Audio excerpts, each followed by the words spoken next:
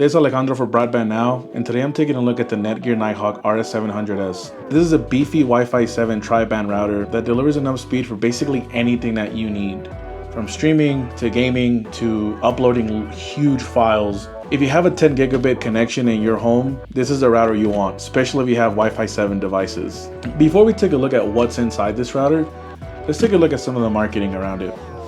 In the front is just a brief overview of what you can expect from this router, such as speed, which is 19 gigabits per second, your coverage is 3,500 square feet, the internet ports up to 10 gigs, and the devices you can connect to it, which is 200, up to 200. And this is what the router will look like inside. On the side here of the box is a brief overview of the Netgear Nighthawk app. It just tells you a couple of the things you can expect from the app, such as effortless setup, the Netgear Armor subscription, and some of the available features like being able to monitor the network. On the other side of the router is basically the same of what's in the front. Again, your speed, your coverage, the internet and Ethernet ports, and that's pretty much it. On the back, you have a little bit more information. It's a lot more substantial. You have the overview of the ports here. You have your 10 gigabit internet port, your 10 gigabit Ethernet port, and then your 4 1 gigabit Ethernet ports. On this side here, you can see some of the other marketing features or claims, such as the claim that it's 2.4 times faster than Wi-Fi 6, ultra low latency, 6 gigahertz Wi-Fi, 320 megahertz channel, which is something that you can expect with a Wi-Fi 7 router like this, and the claim that there's less Wi-Fi interference with this router. Now, we've seen the features that are outside of the box. Now let's take a look at what's inside. Once we remove this outer cover,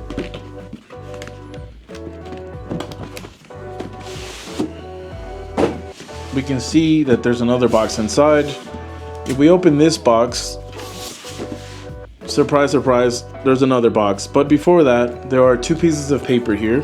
One's in French, one's in English. It's just a let's get started pamphlet. Very simple, 3 steps. First step being to download the Netgear Nighthawk app, which you can do by scanning the QR code on the router. The second step is to check your network security with Netgear Armor. And the third step just tells you how you can use the Netgear Nighthawk app. On the back, there's a lot more information, such as the contents, another look at the internet and Ethernet ports, and a look at the front LEDs and what each LED is. And of course, you have a number you can call or a website you can go to if you have any issues connecting your router, if you need to troubleshoot anything. You shouldn't have to, but in the event that you have run into any issues, this is something that you might want to keep handy. So getting that out of the way, we can move into this other box inside. And this tiny box, if we open this, has another piece of paper in here. So this piece of paper right here is for the Netgear Armor subscription.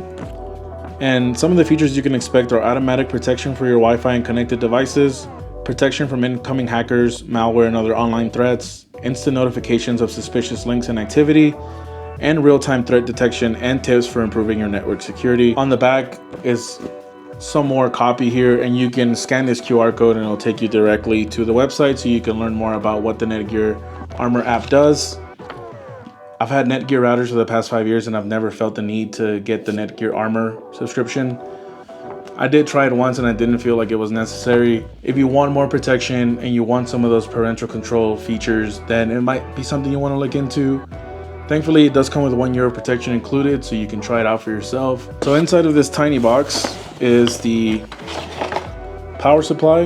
This is a 19 volt, 3.6 amps, 60 watt power supply for your router. The other thing you can expect is an Ethernet cable. This is a pretty standard category 6 Ethernet cable. Okay, so now with some of these accessories and extra bits and bobs out of the way, we can finally get into this router. And before I take it out, let me just warn you, this thing is beefy. So here it is.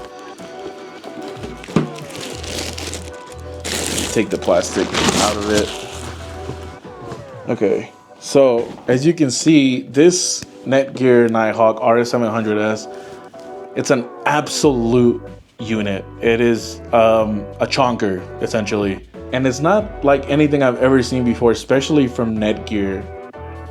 There are some routers that have this sort of tower design that I've seen before. The TP-Link B550 is one of them. As someone who's reviewed a couple of these routers for broadband now, most of them have had the same sort of profile where they're kind of flat and they have the antennas that come up, you know, 3 to 6 antennas, sometimes even 8. And that's kind of been the industry standard for a long time. This new type of router is something else completely, but just because it looks different doesn't mean it's bad. If anything, it just kind of fits in on your bookshelf or anywhere you're gonna put it. It doesn't stick out too much, especially with those antennas, which can look kind of ugly. And being like a glossy black, it's not gonna draw any attention to it. One good thing about this is that you can control the LEDs, the brightness of the LEDs on the front. Up here in the front is where all the LEDs would be if this was on, and in that piece of paper that we saw in the box, you can see what all those LEDs do. In the back is the I/O, or the input-output, so the ports. And like we already saw on the back of the box and inside of the box on the piece of paper is that it has a 10 gigabit internet port and a 10 gigabit Ethernet port, as well as 4 1 gigabit Ethernet ports. These last 2 Ethernet ports here, the 1 gigabit ones, have a feature called port aggregation. So it basically combines the 2 ports into a single 2 gigabit connection for your network attached storage. And that will allow you to stream things much faster from your NAS. Some people may use a network attached storage device for media such as movies or music. Video editors and photographers might use a network attached storage device to house some of their media. And this is a very handy feature. Many people won't use this, but for those that do, I'm sure it's going to be coming in handy.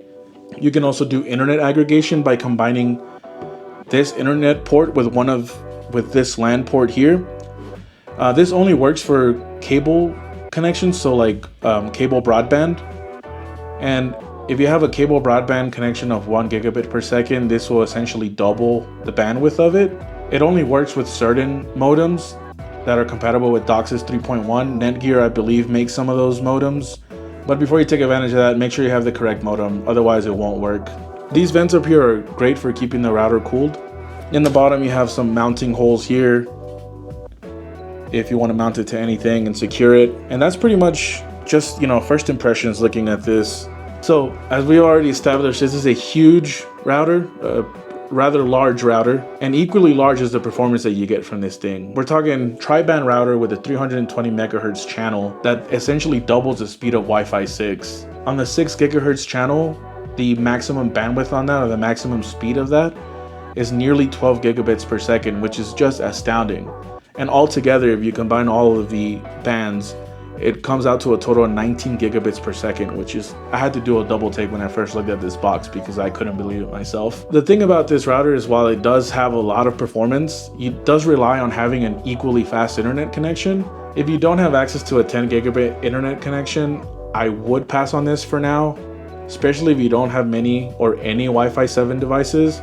So that has been the Netgear Nighthawk RS700S. If you have any questions, leave them down below, and thanks for watching.